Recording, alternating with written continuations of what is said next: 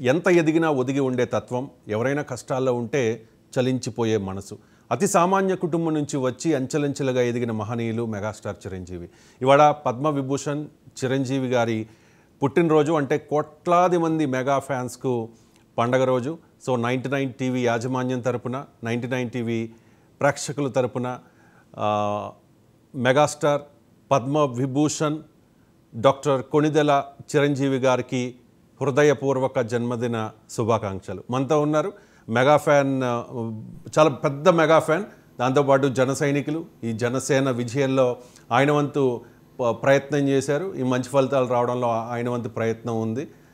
దాంతోపాటుగా ప్రముఖ హాస్య నటులు పృథ్వీరాజ్ గారు. పృథ్వీరాజ్ గారు అంటే అందరికీ తెలుసు, 30 ఇయర్స్ ఇండస్ట్రీ, చాలా ఫేమస్ అయ్యారు. పృథ్వీరాజ్ గారు నమస్కారం. నమస్కారం. నమస్కారం. ఈరోజు చిరంజీవి గారు మన అన్నగారు, ఆయన బర్త్డే సందర్భంగా ఆయనకు విషెస్ 99 టీవీ ద్వారా. అవునండి, నిజంగా అన్నయ్యకి ఈ సందర్భంగా ఫస్ట్ టైం అండి, చాలా బర్త్డేలు జరిగినాయి.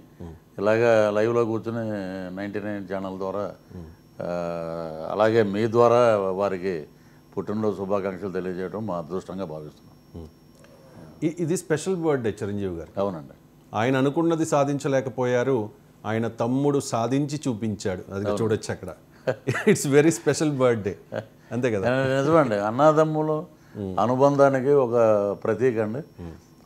నిజంగా మోదీ గారు లాంటి వారు ప్రధానమంత్రి, ఇంతటి అనుబంధం ఉందా కుటుంబ సభ్యుల మధ్య, అన్నదమ్ముల మధ్య ఇంత అనుబంధం ఉందా? వారు స్టేజ్ మీద చిరంజీవి గారిని ఓ పక్క పవన్ కళ్యాణ్ గారిని లాక్కుని మధ్యలో ఆయన నిలబడటం, దేశ ప్రధానమంత్రి అసలు ఒకటే క్వశ్చన్ చేశారండి. ఆయన అన్న మాటలన్నీ అద్భుతం అండి.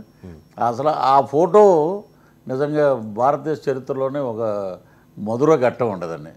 అలాగే ఆయన డిప్యూటీ సీఎం అయ్యాక వచ్చి అన్న పట్ల తనకున్న గౌరవాన్ని తెలియజేయటానికి సాష్టాంగ పాద నమస్కారం చేయటం అనేది అది ఒక గొప్ప పరిణామం అండి.